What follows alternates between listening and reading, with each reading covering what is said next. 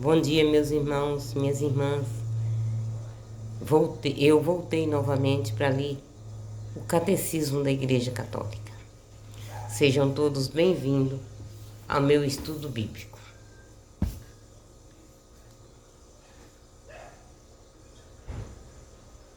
Deus criou o mundo.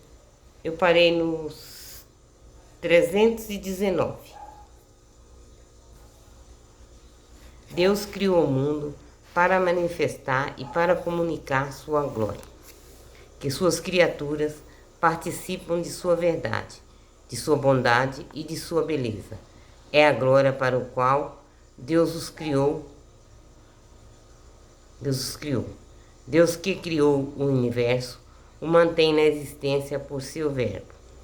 Ele sustenta o universo com sua palavra poderosa e por seu Espírito Criador que dá a vida.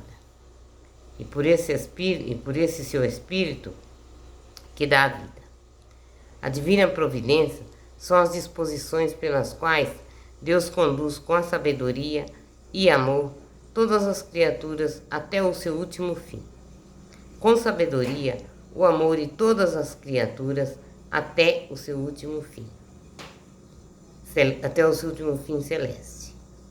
Cristo nos convida à entrega filial à providência de nosso Pai. O apóstolo São Pedro lembra: lançai sobre ele toda a vossa preocupação, porque é ele que cuida de vós. A providência divina age também por meio de ação das criaturas. Aos seres humanos, Deus concede cooperar livremente para seus desígnios. A permissão divina do mal físico e do mal moral é um mistério que Deus ilumina por seu Filho, Jesus Cristo, morto e ressuscitado, para vencer o mal. A fé nos dá a certeza de que não permitiria o mal se do próprio mal não tirasse o bem, por caminhos que só conhecemos plenamente na vida eterna, que só vamos conhecer na vida eterna. Parágrafo 3. O céu e a terra.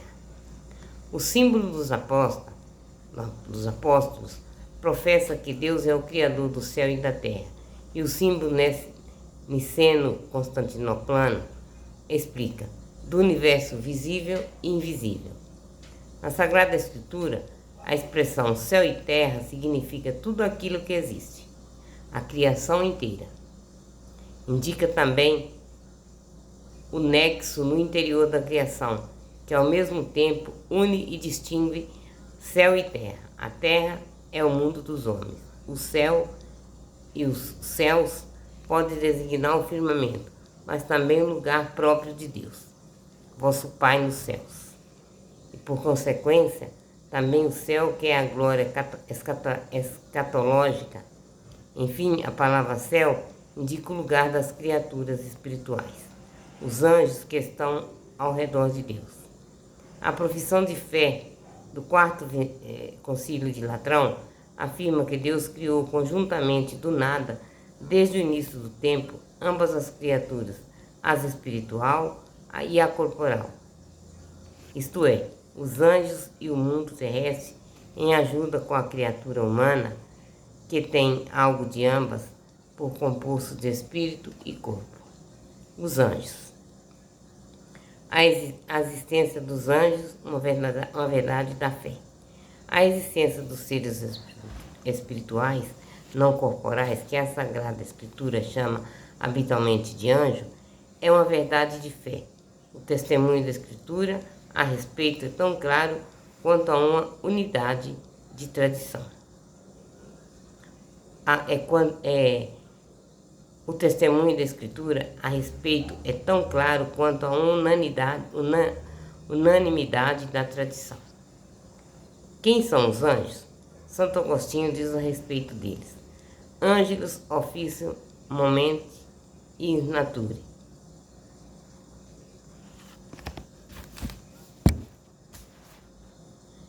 É o qual anjo significa mensageiro. É designação do encargo não de natureza, Se perguntares pela designação da natureza, é um espírito. Se perguntares pelo encargo, é um anjo. É espírito por aquilo que é anjo por aquilo que faz, por todo o seu ser. Os anjos são servidores e mensageiros de Deus, porque contemplam sem cessar a face de meu Pai que está nos céus. São heróis fortes que executam suas ordens, obedecendo sua palavra. Como criaturas puramente espirituais, são dotadas de inteligência e de vontade. São criaturas pessoais e imortais. Sugerem uma imperfeição todas as criaturas visíveis. Disso dá testemunho o brilho de sua glória. Cristo com todos os seus anjos. Cristo é o centro do mundo angélico. Os anjos são teus. Quando o Filho do Homem vier em sua glória, acompanhado de todos os anjos,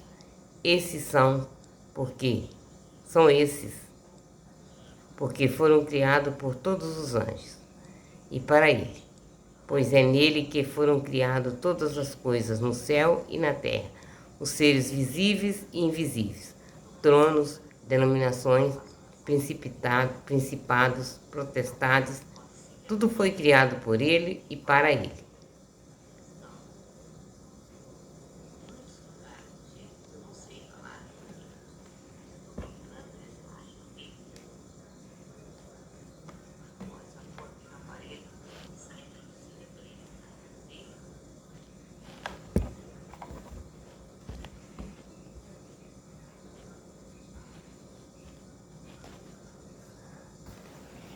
São esses ainda mais, porque ele os faz mensageiros do seu projeto de salvação. Não são todos eles espíritos servidores, enviados a serviço daqueles que deverão herdar a salvação.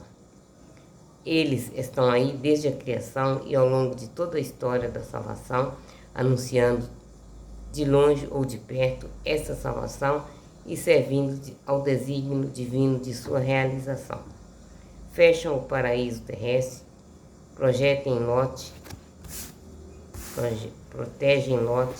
salvam Agar e seu filho, seguram a mão de Abraão, comunicam a lei por seu ministério, conduzem o povo de Deus, anunciam os nascimentos, as vocações, assistem os profetas chamados citam-se apenas alguns. Por fim, é o anjo Gabriel que anuncia o nascimento do precursor e do próprio Jesus. Desde a encarnação até a ascensão, a vida do Verbo encarnado é cercada de adoração e do serviço dos anjos. Quando Deus introduziu o primogênito no mundo, Deus diz: todos os anjos devem adorá-lo. O canto de louvor deles ao nascimento de Cristo não cessou de ressoar no louvor da igreja. Glória a Deus! Os anjos protegem a infância de Jesus, servem a Deus no deserto, o reconfortam na agonia. Quando ele poderia, por si mesmo, ter se salvado das mãos dos inimigos, como outrora Israel, são ainda os anjos que evangelizam, anunciando a boa nova da encarnação e da ressurreição de Cristo. No retorno de Cristo que eles anunciam, estarão lá a serviço do seu juízo. Os anjos da vida na igreja.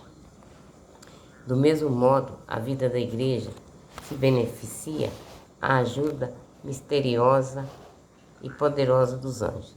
Na liturgia, se associa os anjos para orar a Deus 3 vezes santo.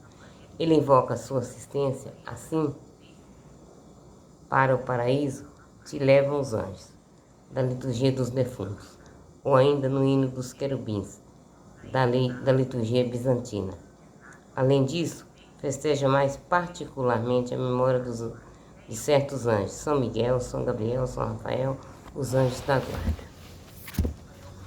Desde o início até a morte, a vida humana é cercada pela proteção dos anjos e por intercessão. Cada fiel é ladeado por um anjo como protetor e pastor para conduzi-lo à vida. Ainda que na terra, a vida cristã participa, na fé, da sociedade bem-aventurada dos anjos e dos homens. unidos em Deus. O mundo visível. Foi Deus quem criou o mundo visível em toda a sua riqueza, diversidade e ordem. A Escritura apresenta a obra do Criador, simbolicamente, como uma sequência de 6 dias de trabalho divino que terminam como o descanso do 7º dia. O texto sagrado ensina a respeito da criação, verdades reveladas por Deus para nossa salvação, que permitem reconhecer a natureza profunda da criação, seu valor e sua finalidade, que é a glória de Deus. Não existe nada no mundo, nada que não deva sua existência a Deus, Criador. O mundo começou quando foi tirado do nada pela palavra de Deus. Todos os seres existentes, toda a natureza, toda a história humana tem suas raízes nesses acontecimentos primordiais. A própria Gênese, pela qual o mundo foi constituído e o tempo começou.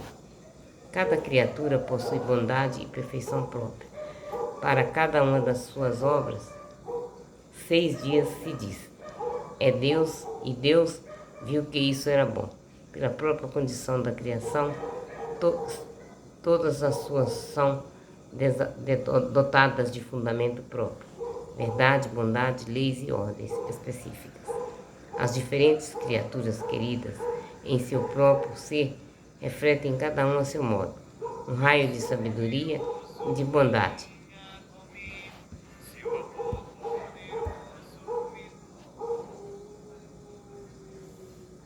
Infinitas de Deus, de bondades infinitas de Deus.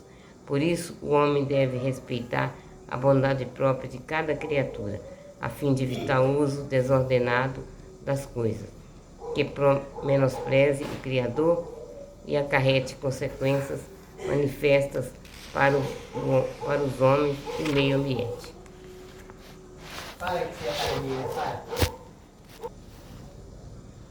A interdependência das criaturas é querida por Deus. O sol e a lua, o cedro e a pequena flor, a águia e o pardal, os inúmeros diversidades e desigualdades significam que nenhuma criatura se basta a si mesmo, que só existem em dependência recíproca para completarem mutuamente a serviço uma das outras.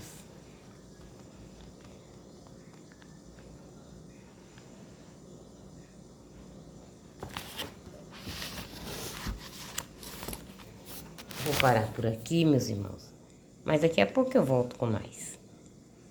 Tenham todos uma boa manhã, porque não é nem, acho que não é nem, deixa eu ver a hora.